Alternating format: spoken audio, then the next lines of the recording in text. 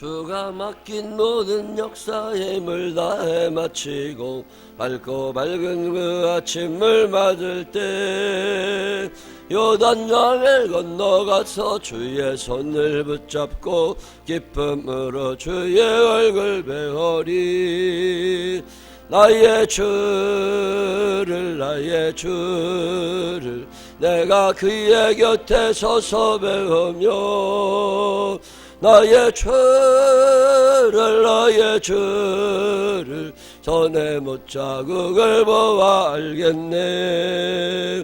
하늘 날아 올라가서 주님 앞에 절하고 온유하신 그 얼굴을 배울 때 있을 것을 예비하신 그 신사랑 엄마와 나의 주께 기쁜 찬송 드리리. 나의 주를 내가 그의 곁에 서서 배우며 나의 주를 손에 못자국을 보아 알겠네. 이 세상을 일찍 떠난 사랑하는 성도들 나를 맞을 준비하고 있겠네. 저의 틀과 언소리로 찬송 부르기 전에 먼저 사랑하는 주를 배우리. 나의 주를 내가 그의 곁에 서서 배우며 나의 주를 손에 못자국을 보아 알겠네. 영화로운 시온 성에 들어가서 다닐 때 놋 입고 황금길을 다니며 금고문고 맞추어서 샛노래를 부를 때 세상 고생 모두 잊어버리리. 나의 주를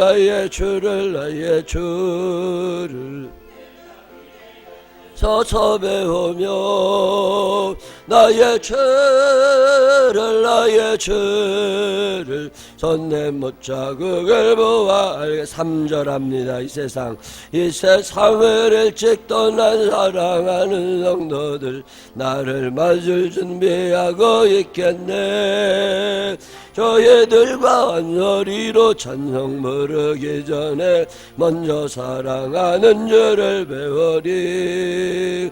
나의 주를 내가 그의 곁에 서서 배우며 나의 주를 손에 못자국을 보아 알겠네. 영화로운 시온 성에 들어가서 다닐 때 흰옷 입고 황금길을 거니며 금고문고 맞추어서 샛노래를 부를 때 세상 고생 모두 잊어버리리. 나의 주를 내가 그의 곁에 서서 배우며 나의 주를 손에 못자국을 보아 알겠네. 아멘. 사도신경으로 신앙 고백하겠습니다. 전능하사 천지를 만드신 하나님 아버지를 내가 믿사오며 그 외아들 우리 주 예수 그리스도를 믿사오니 이는 성령을 잉태하사 성정녀 마리아에게 나시고 본디오 빌라도에게 고난을 받으사 십자가에 못 박혀 죽으시고 장사한 사흘 만에 죽은 자 가운데서 다시 살아나시며 하늘에 오르사 전능하신 하나님 우편에 앉아 계시다가 저리로서 산 자와 죽은 자를 심판하러 오시리라. 성령을 믿사오며 거룩한 공회와 성도가 서로 통하는 것과 죄를 사주시는 것과 몸이 다시 사는 것과 영원히 사는 것을 믿사옵나이다. 아멘. 오늘은 느헤미야 11장에 있는 말씀 읽겠습니다. 느헤미야 11장.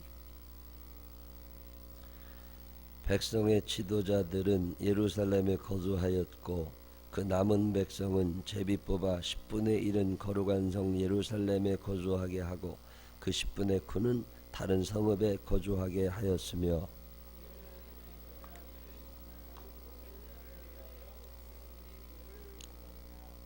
이스라엘과 제사장들과 레위 사람들과 느디님 사람들과 솔로몬의 신하들의 자손은 유다 여러 성읍에서 각각 자기 성읍 자기 기업에 거주하였느니라. 예루살렘에 거주한 그 지방의 지도자들은 이러하니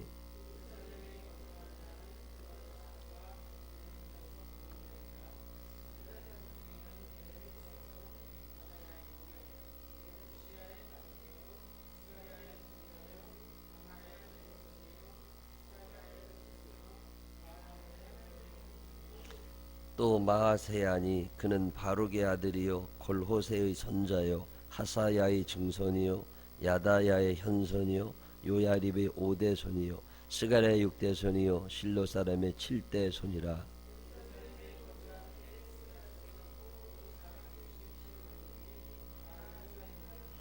베냐민 자손은 살루이니 그는 무술람의 아들이요 유에스의 손자요 부다야의 증손이요 골라야의 현손이요 마아세야의 5대 손이요 이디엘의 6대 손이요 여사야의 7대 손이며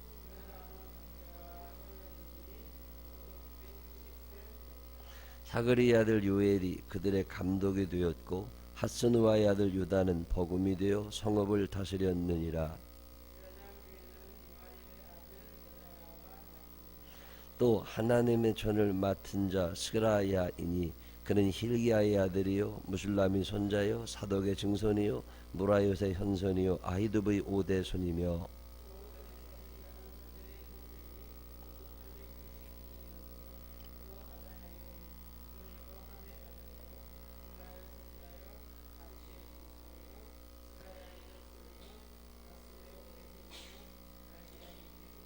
또 그 형제의 족장된 자이니 모두 242명이요 또 아맛세이니 그는 아살렐의 아들이요 아흐세의 손자요 무실레못의 증손이요 임멜의 현손이며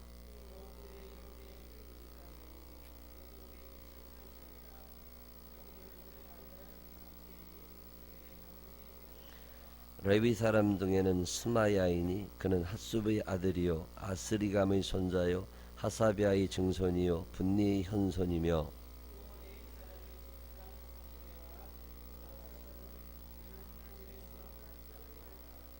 또 아삽의 증손 삽디의 손자 미가의 아들 마따냐이니 그는 기도할 때에 감사하는 말씀을 인도하는 자가 되었고 형제 중에 박부갸가 복음이 되었으며 또 여도둔의 증손 갈랄의 손자 삼무아의 아들 압단이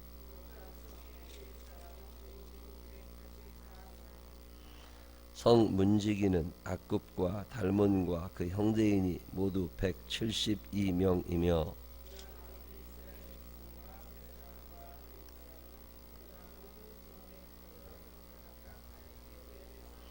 느디님 사람은 오벨에 거주하니 시하와 기스바가 그들의 책임자가 되었느니라.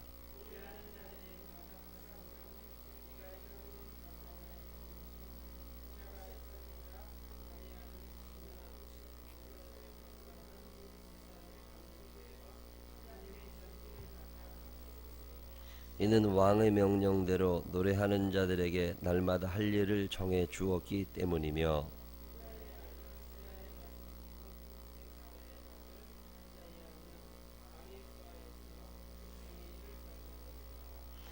마을과 들로 말하면 유다 자손의 일부는 기럇 아르바와 그 주변 동네들과 디본과 그 주변 동네들과 여갑스엘과 그 마을들에 거주하며 하살수알과 부엘세바와 그 주변 동네들에 거주하며 또 에너림몬과 소라와 야르뭇에 거주하며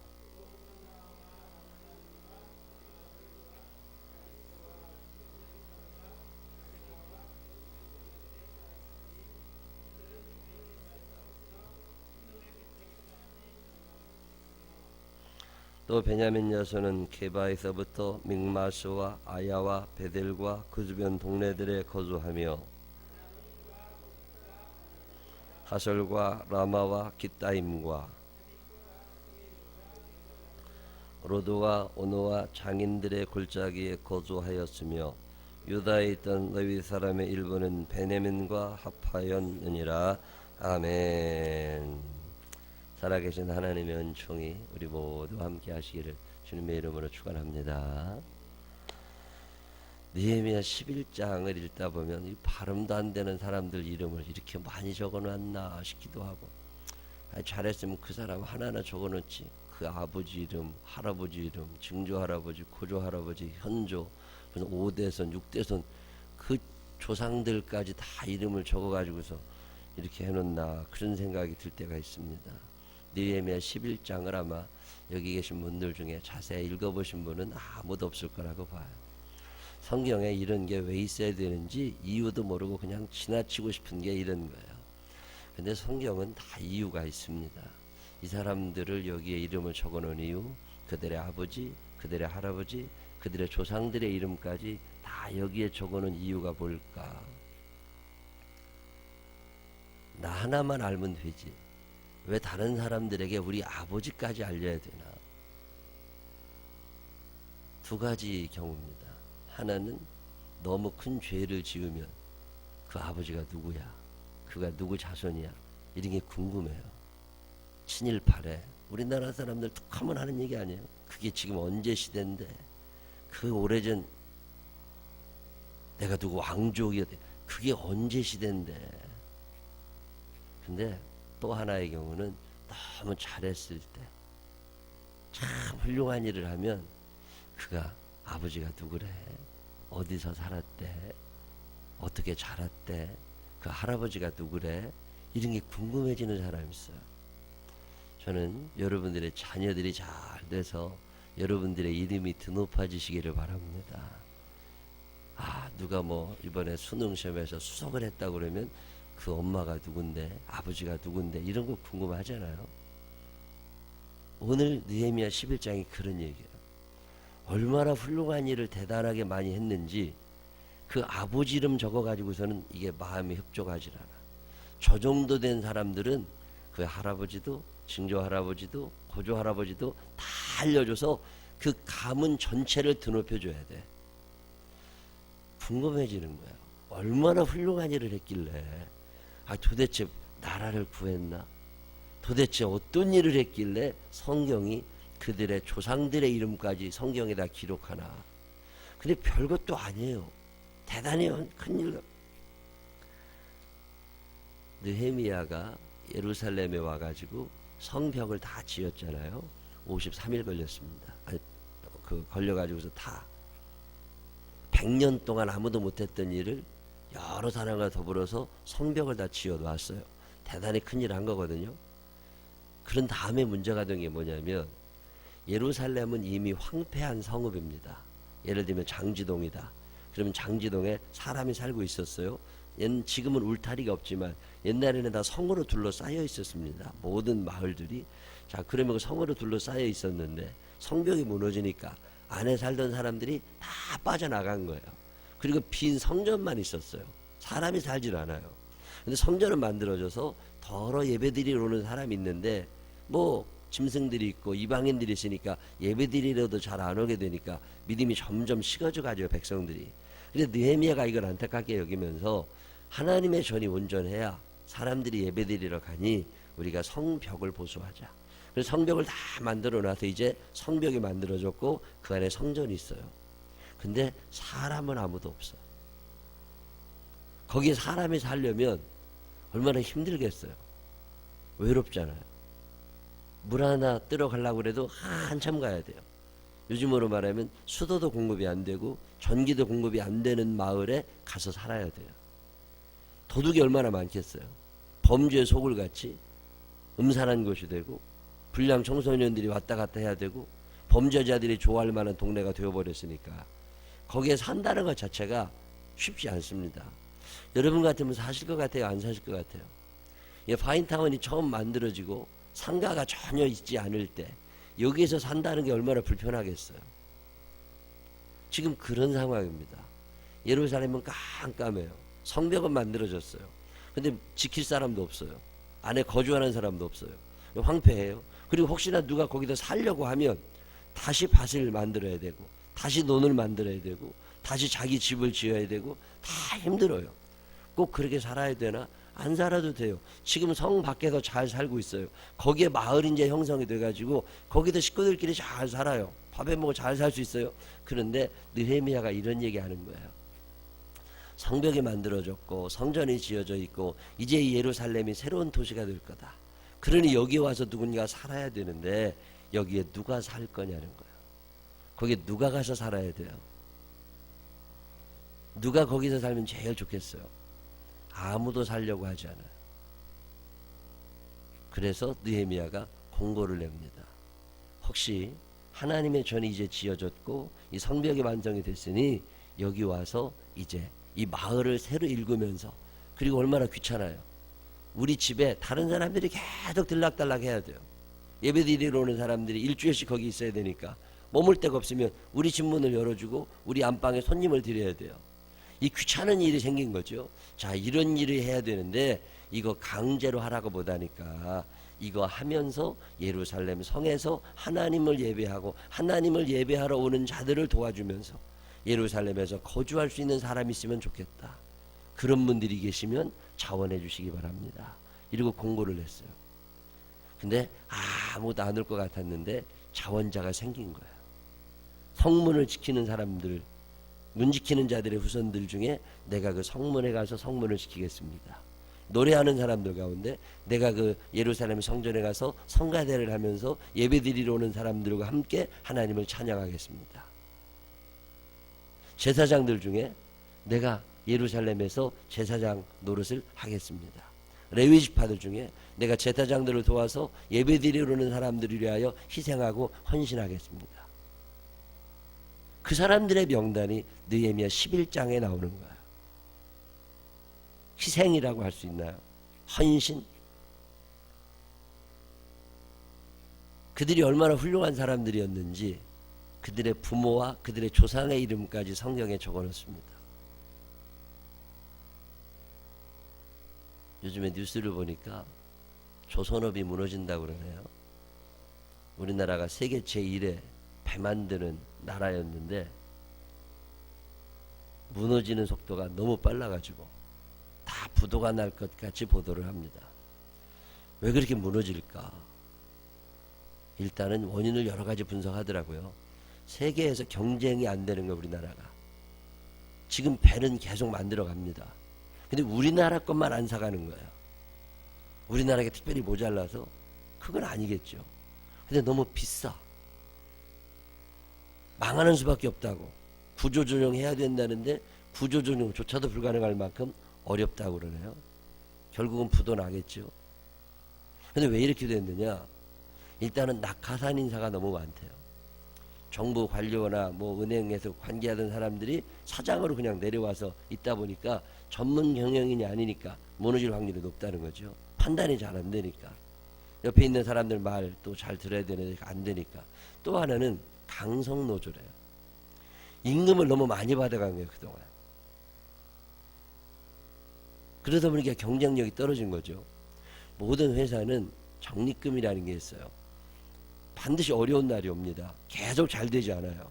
어려운 때를 대비해서 모아놓는 돈들이 있습니다. 근데 어려울 때를 대비해서 돈을 모아야 되는데 쓰기 바쁜 거예요. 일단 월급을 올려줘야 되니까. 잘 됐는데 100년 200년 해먹을 줄 알았는데 10년 20년도 가기 전에 무너지는 거죠. 자, 그러면 회사 사장님이 우리가 월급을 좀 깎읍시다. 그래서라도 회사를 살려야 되겠습니다. 라고 말하면 얼마나 좋겠어요. 근데 사장도 더 많이 가져가고 싶어. 빚이지만. 사원들도 더 많이 가져가고 싶어. 빚인 거 알아. 어려운 거 알아. 그래도 내가 손해나는 건 안 돼. 회사가 무너지면 어떻게 해요? 안 되잖아요. 갈 데도 없잖아요. 그래도 안 돼. 판단 능력 자체가 없어진 거예요, 이제. 내가 손해본다는 건 있을 수도 없는 일입니다. 내가 어려워진다는 건 상상도 못하는 일이에요. 무조건 내가 다 차지해야 돼. 나라는 망해도 괜찮아. 내가. 자본주의라고 하는 건 돈이 모든 걸 결정하는 사회거든요. 이 돈이 모든 걸 결정하는 사회의 단점 중에 하나는 더불어의 삶이 어렵습니다. 내가 돈을 벌기 위해서 저 사람 걸 뺏어와야 돼요. 저 사람이 못 벌게 해야 돼요. 빵집이 하나가 잘 되면 그 옆에 금방 빵집이 생깁니다. 그 참 이상하죠. 그 사람 돈 벌게 두고 나는 딴 거 하면 되잖아. 근데 이게 생각이 안 나는 거예요. 다른 걸 할 여유가 없어 우리에게는. 내가 뭘 노력하고 아니야. 저 사람이 잘 돼. 그럼 그 옆에 내가 차려야 돼. 희생이라는 단어는 참 아름다운 단어예요. 손해본다고 하는 거, 헌신한다고 하는 단어는 참 아름다운 단어입니다. 자, 오늘의 한국 교회가 있고 우리 교회가 있습니다. 여기까지 교회가 오는 동안 얼마나 많은 사람들이 헌신하고 희생했겠습니까? 가정이 하나 세워지려면 얼마나 많은 사람이 희생했어야 돼요. 여러분, 남편과 아내가 만나서, 남자와 여자가 만나서 한 가정을 이루고 그 가정에서 자녀들과 더불어 살아가는 데는 어마어마한 희생이 따라왔어요. 과거 역사 속에서 대부분의 희생은 엄마들의 몫이었습니다. 어머니들이 많이 희생하고 많이 아파했고, 그래서 가정들이 지켜난 거고, 그 속에서 자녀들이 교육을 받고 살았고, 그 자녀들이 또 세상에 나가서 그런 길을 걸어왔던 게 우리나라 역사예요. 근데 이제는 안 그렇습니다. 엄마 없어졌어요. 엄마가 요즘에 어디 있어요? 엄마, 어머니, 희생의 대명사였어요. 요즘에 희생하는 어머니가 어디 있어요? 자기 친정어머니를 희생시켜서라도 나는 놀아야 돼. 애들이 다 굶어도 나는 자야 돼. 자, 그러면 가정이 무너진 거잖아요. 무언가 세워지려면 희생하는 것이 반드시 있습니다. 기독교라고 하는 종교가 2000년 넘게 지금껏 아름다운 결과를 맺을 수 있었던 것은 예수님의 희생의 피가 거기에 있었던 거예요. 그 희생의 피 위에 또 다른 희생과 또 다른 희생과 또 다른 희생과 헌신하는 자들이 계속 이어지면서 오늘의 교회가 와 있었어요. 근데 이제는 안 그래요. 모든 것을 돈으로 결정하려고 합니다. 모든 것을 크기로 결정하려고 해요. 자, 거기에도 문제가 있지만 또 하나 더 큰 문제가 있습니다. 이 시대에 그렇게 희생하고 헌신하면서 내가 예루살렘 안에 들어가 살겠습니다 라고 결정하고 들어간 사람들을 향해서 오늘 우리가 읽은 성경에 보면 이런 얘기 나옵니다. 2절에 예루살렘에 거주하기를 자원하는 모든 자를 위하여 백성들이 복을 빌었느니라. 참 마음에 와닿는 구절입니다. 저는 요즘에 이 고민을 하면서 합니다. 옛날에는 안 그랬는데 교회에 더러 발목을 잡으려는 사람들이 있습니다. 헌신하는 사람들을 향하여 저거 혹시나 무슨 계산이 있는 거 아니야? 이런 말을 하는 거죠. 뭔가 앞에서 열심히 하려는 사람들을 향해서 저거 혹시나 무슨 계산이 있는 거 아니야? 꿍꿍이가 있는 거 아니야? 혹시나 내가 또 위치가 흔들리는 거 아니야? 우리나라 속담에 굴러온 돌이 박힌 돌을 빼낸다는 말이 있습니다. 근데요, 박힌 돌이 빠져야 됩니다. 박힌 돌이 잘못 박혀 있는 것들이 너무 많을 때는 빠져야 역사가 일어나요. 근데 내가 오래 교회 다녔다는 것 때문에 기득권을 주장하기 시작하면 대가 끊어집니다. 자, 우리 교회가 우리 한국 교회가 지난 10년, 20년 동안 계속 무너지고 있는 이유가 뭐예요? 박힌 돌들이 빠지질 않은 거예요. 새 돌이 오면 큰 돌은 빠져나가야지요. 왜? 오래됐잖아. 그리고 이제는 낡아졌다고. 그러면 내 자리를 양보해주고 다른 사람이 와서 일할 수 있게 해줘야 돼요. 교사를 30년, 40년 했다고 상을 주잖아요. 난 그거 문제가 있다고 봐요, 때로는. 옛날에 사람이 없을 때는 교사들이 오래 했어야 돼요. 그 사람 아니면 없었으니까. 근데 이제는 자기 자리를 좀 양보해 줄 필요가 있습니다. 근데 장기 근속이라는 말이 그때는 사람이 없을 때 필요한 말이에요. 지금은 사람이 너무 많아. 근데 너무 오래 한 자리에 있다 보니까 다른 사람이 일을 못해. 또 하나, 일을 열심히 하려는 사람들 기를 죽여. 뭘 좀 하려고 그러면 내가 교회 다닌 지 몇 년인데, 너 우리 교회 온 지 몇 년인데, 이런 쓸데없는 것들이 생기는 거죠. 참 안타까운 일 아니에요. 지금 대한민국 교회가 많이 무너집니다. 근데 특별히 젊은 층이 교회 없어요. 왜 젊은 층이 없습니까? 연세 드신 분들하고 대화가 안 돼서 아닙니다. 일하고 싶어 해요. 근데 자리가 없어요. 때로는 양보해주고 때로는 좀 격려해주고 나는 못했는데 야 네가 하니까 정말 잘한다 칭찬해주고 하나님께 그를 위하여 축복해주고 복을 빌어주고 이게 얼마나 대단한 일이에요. 내가 주일학교 교사했는데 우리 반 4명밖에 없었는데 당신이 하니까 5명이 되고 6명이 되고 참 대단하다. 내가 진작 물러날 것을. 왜 이런 말을 못해요? 꼭 내가 해야 되나? 이 복을 빌어준다는 말이죠. 저는 이 말씀에 참 마음의 은혜를 받습니다. 그 사람이 와서 이런저런 일을 하면 야 우리는 못하고 생각도 못했었는데 당신 참 훌륭합니다. 참 큰 도움 됩니다. 위로가 되고 힘이 납니다. 왜 이런 얘기를 못해요? 뭘 하려고 그러면 끌어내려야 돼. 그래서 무너지는 거예요. 그래서 용기가 안 나요. 사기가 죽습니다.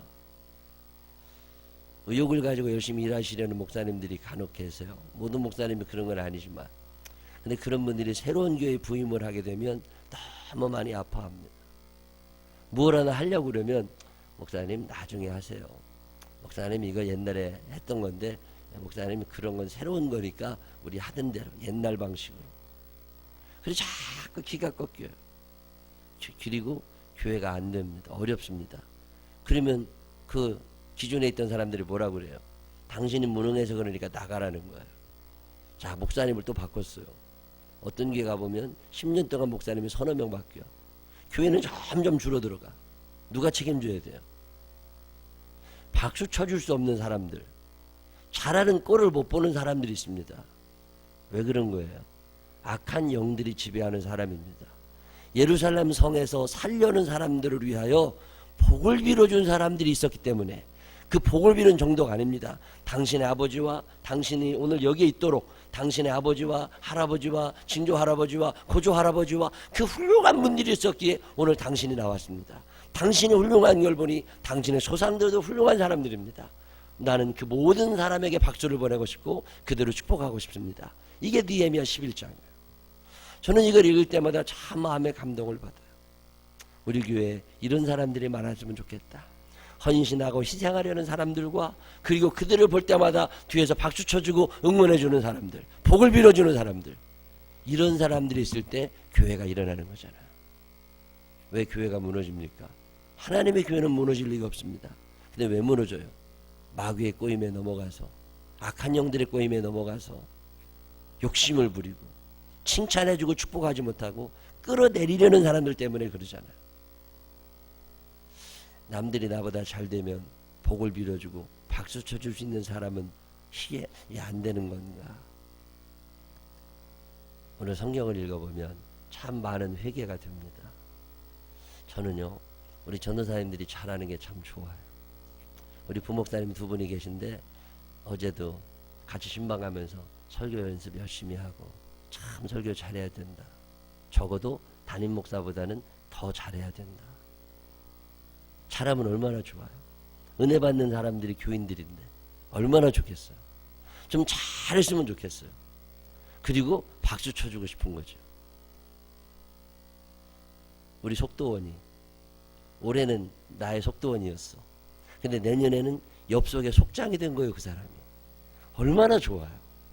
그리고 그 속장님이 우리 나보다 속장 노릇을 더 잘해. 얼마나 좋아. 박수 쳐주고 축복해주고 그 얘기하는 거야. 느헤미야 11장에 느헤미야를 읽다 보면 참 많이 배웁니다. 오늘의 한국교회가 왜 무너져 가는지를 알게 됩니다. 박수 치려는 사람, 축복해 주려는 사람보다는 끌어내리고 시비 걸려는 사람이 간혹 있어요. 사람은 참 묘한 게요. 99명이 나한테 박수를 쳐주고 한 명이 나를 욕하잖아요. 그러면 박수 소리는 안 들려요. 욕하는 소리만 들려요. 그게 사람의 마음이에요. 그래서 이거 참 조심해야 됩니다. 우리도 연약한지라 때로는 그럴 수 있지만 그래도 하나님 아버지 나는 그 사람을 축복하고 싶습니다. 그리고 누군가를 위하여 복을 빌어줄 줄 아는 사람, 특별히 헌신하고 희생하는 사람들을 위해서. 어버이주일이 가까우니까 제가 불효를 많이 하고 살아서 꿈을 꾸면 엄마 꿈을 자주 꿔요. 참 미안해. 어머니를 왜 축복하지 못했을까? 희생하신 분이잖아요. 근데 자녀된 자들이 부모님을 축복하지 않아요. 끝까지 뭔가를 뺏어 먹으려고 그래. 이게 뭔가 문제가 있는 거 아닌가? 희생하셨잖아요. 헌신하며 사셨잖아요. 당신 몸 부서지는 줄 모르고 굶어가면서라도 애들 먹이고 사셨잖아요. 그러면 자녀된 우리가 그분들을 축복해야 되는 거 아니에요? 근데 뭘 자꾸 더 내놓으라고 그러잖아요. 이게 뭔가 잘못된 거 아니야? 오늘 느헤미야 11장은 우리에게 그런 이야기합니다. 내 주변에 너는 하지 못했지만 희생하고 헌신하려는 자들이 있을 거라는 거예요. 그들의 발목을 잡지 말고 그들을 축복하라는 거예요. 그들을 도와주라는 거예요. 그들이 일할 수 있도록 용기와 힘을 주라는 거예요. 오늘의 생명나무교회 이런 사람들이 많아지게 되시기를 바랍니다. 합력하여 선을 이루는 사람도 있지만 희생하고 헌신하는 사람들을 축복하면서 당신들 때문에 우리가 행복합니다. 난 당신의 아버지가 궁금하고 당신의 할아버지도 궁금합니다. 어쩌면 이렇게 훌륭한 사람을 오늘 내 앞에 놓게 하셨습니까? 이 마음을 가지고 다른 사람들이 무언가를 할 때 크게 박수 쳐주고 축복해 줄 수 있는 우리 모두가 되시기를 주님의 이름으로 축원합니다. 기도하십시다. 하나님 아버지, 나보다 남들이 앞서가면 박수 쳐줄 수 있는 우리가 되게 하여 주시옵소서.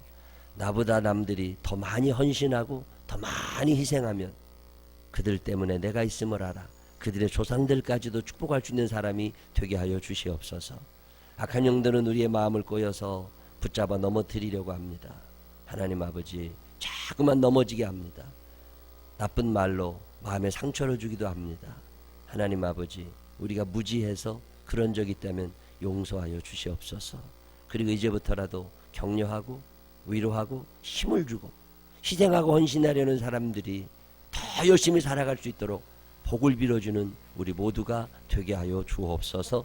예수님 거룩하신 이름으로 기도드렸습니다. 아멘.